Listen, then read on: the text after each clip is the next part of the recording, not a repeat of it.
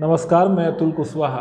बात करूंगा कि किस तरह से बीजेपी तुष्टीकरण तृप्तिकरण में सभी पार्टियों से आगे निकल गई है और इतना आगे निकल गई है कि अब उसे कोई पकड़ नहीं सकता। पिछले दिनों आपने देखा कि काजल हिंदुस्तानी को गुजरात पुलिस ने अरेस्ट किया।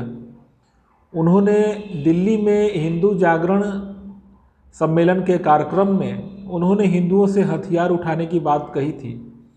उसके बाद मोहम्मद जुबैर उनके वीडियो के फुटेज को ट्वीट करता है और गुजरात में मुस्लिम जमा हो जाते हैं और काजल हिंदुस्तानी के विरोध में नारे वगैरह लगाने लगते हैं, प्रोटेस्ट करने लगते हैं।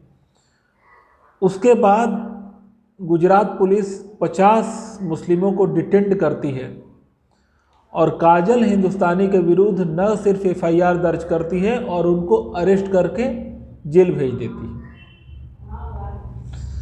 मतलब जो औरत काजल हिंदुस्तानी अब तक बीजेपी का ही प्रचार कर रही थी, एक तरह से वो मास्टर स्ट्रोकवादी थी, बीजेपी को वैसों को भी जेल भेजने से गुरेज नहीं है।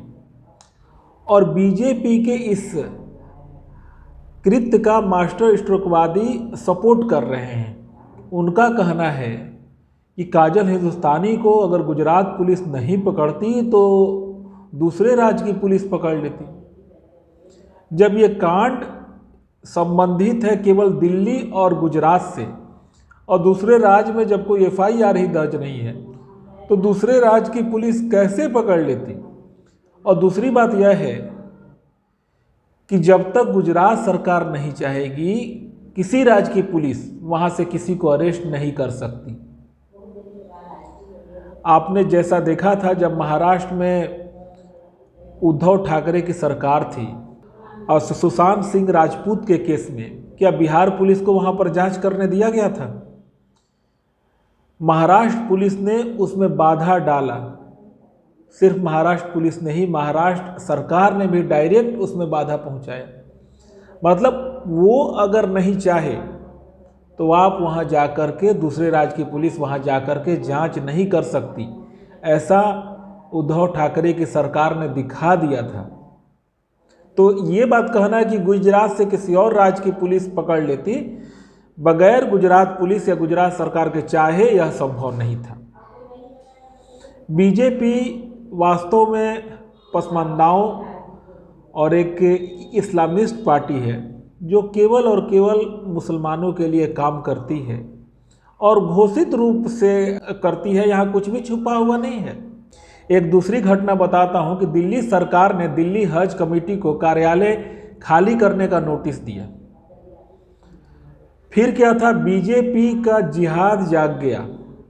दिल्ली विधानसभा में विपक्ष के नेता रामवीर सिंह विधूड़ी हैं शायद, और बीजेपी माइनॉरिटी सेल के आरिफ रशीद, मोहम्मद हारून और भी बहुत सारे बीजेपी के कार्यकर्ता अरविंद केजरीवाल के निवास के बाहर प्रदर्शन करने लगे कि रमजान के पवित्र महीने में हज कमेटी को कार्यालय खाली करने का नोटिस दे दिया गया।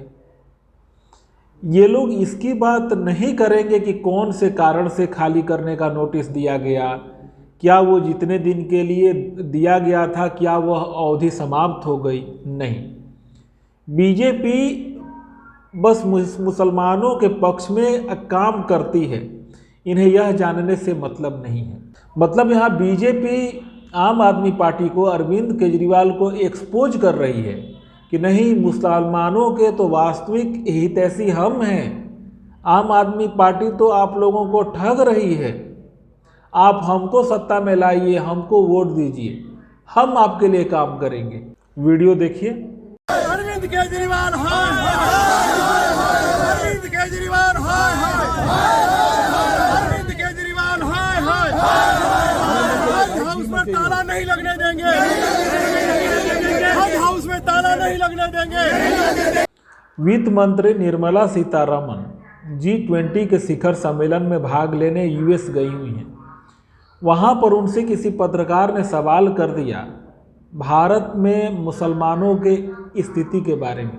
Government of India, I would want to say, then tell me, between 2014 and today, Has the population dwindled? Has the deaths been disproportionately high in any one particular community? So I would rather invite these people who write these reports to come to India. I'll host them. I'll host them. Let them come and let them travel along India and prove their point. Nirmala Sitharaman सफाई देने लगी। वो कहने लगी कि 2014 से अब तक मुसलमानों के लिए बहुत काम हुआ है, उनका बहुत विकास हुआ है, उनके लिए तमाम तरह की योजनाएं लाई गई हैं। और उन्होंने पत्रकारों को इनवाइट भी किया कि आप स्वयं वहां आकर के देखिए कि उनके लिए कितना काम किया गया है। अब सवाल यह है कि क्या कभी कोई पत्रकार किसी पाकिस्तानी लीडर या बांग्लादेशी लीडर से अल्पसंख्यकों से जुड़ा सवाल पूछता है? और वास्तव में पाकिस्तान बांग्लादेश के अल्पसंख्यक ही वास्तविक अल्पसंख्यक हैं। यहाँ तो इनकी संख्या लगभग 20% है और 20% वाला अल्पसंख्यक नहीं कहला सकता, परंतु उनसे जुड़े सवाल विदेशों में भी पूछे जाते हैं क्योंकि ये सफाई देने लगते हैं। और रही बात पाकिस्तान और बांग्लादेश में जो हिंदुओं पर अत्याचार होता है, जब उसको लेकर के भारत सरकार चिंतित नहीं है, भारत सरकार इसको इंटरनेशनली लेकर के नहीं जाती, तब कोई पत्रकार क्यों इस पर सवाल करेगा? मोदी जी को कोई फर्क नहीं पड़ता अगर बांग्लादेश पाकिस्तान के सभी हिंदू मार दिए जाएं। उनको इससे भी फर्क नहीं पड़ता कि भारत के हिंदू भी मार दिए जाएं या उनको धीरे धीरे समाप्त कर दिया जाए, बल्कि मोदी जी तो इसमें सहयोग कर रहे हैं। वो सच्चे मर्दे मुजाहिद हैं। मोदी जी खुल करके मुसलमानों के लिए काम करते हैं। आपने रामनवमी के मौके पर देखा कि किस तरह से पत्थर छत पर जमा करके रखे गए थे शोभा यात्रा पर पथराव करने के लिए। देश भर में जगह जगह शोभा यात्रा पर पथराव हुआ और पथराव करने वालों को जेल नहीं भेजा गया, जिन्होंने पत्थर खाए उनको ही जेल भेज दिया गया। बिहार में बहुत सारे हिंदुओं को रामनवमी वायलेंस के नाम पर जेल भेज दिया गया है, परंतु मजाल है कि बीजेपी कुछ बोल दे। बिहार बीजेपी एकदम खामोश बैठी है। सम्राट चौधरी जो नया नया बीजेपी के अध्यक्ष बने हैं, कुछ भी बोलने को तैयार नहीं है। मतलब हम पत्थर भी खाएंगे और हम जेल भी जाएंगे। वास्तव में यही बीजेपी का वास्तविक चेहरा है। लगता है कि बिहार बीजेपी को ऊपर से इंस्ट्रक्शन दिया गया है कि इस पे खामोश रहने को, क्योंकि अगर आप कुछ बोलेंगे तो हम मुसलमानों का विश्वास नहीं जीत पाएंगे। इस देश में हिंदुओं की कोई पार्टी नहीं है। हाँ, हिंदुओं को ठगने के लिए जो पार्टी है वो है बीजेपी, जो हिंदुओं से वोट लेती है और काम करती है मुसलमानों के लिए, जबकि उसे पता है कि मुसलमान उसे वोट नहीं देंगे, परंतु एक उस तरह से बना करके वो रखना चाहती है कि मुसलमान हमें वोट देते हैं और देंगे। एकमात्र एक पार्टी है जिसका गठन ही हिंदू हितों के लिए हुआ है, एकम सनातन भारत, जिसके राष्ट्रीय अध्यक्ष अंकुर शर्मा हैं। हमें उस पार्टी को आगे बढ़ाना होगा, क्योंकि ये पार्टी हमारे लिए बहुत महत्व रखता है, क्योंकि इस पार्टी का गठन ही हिंदू हितों के लिए किया गया है। हमें इस पार्टी को आगे बढ़ाना पड़ेगा। मिलता हूँ फिर एक नेक्स्ट वीडियो में। बहुत बहुत आप सबका आभार।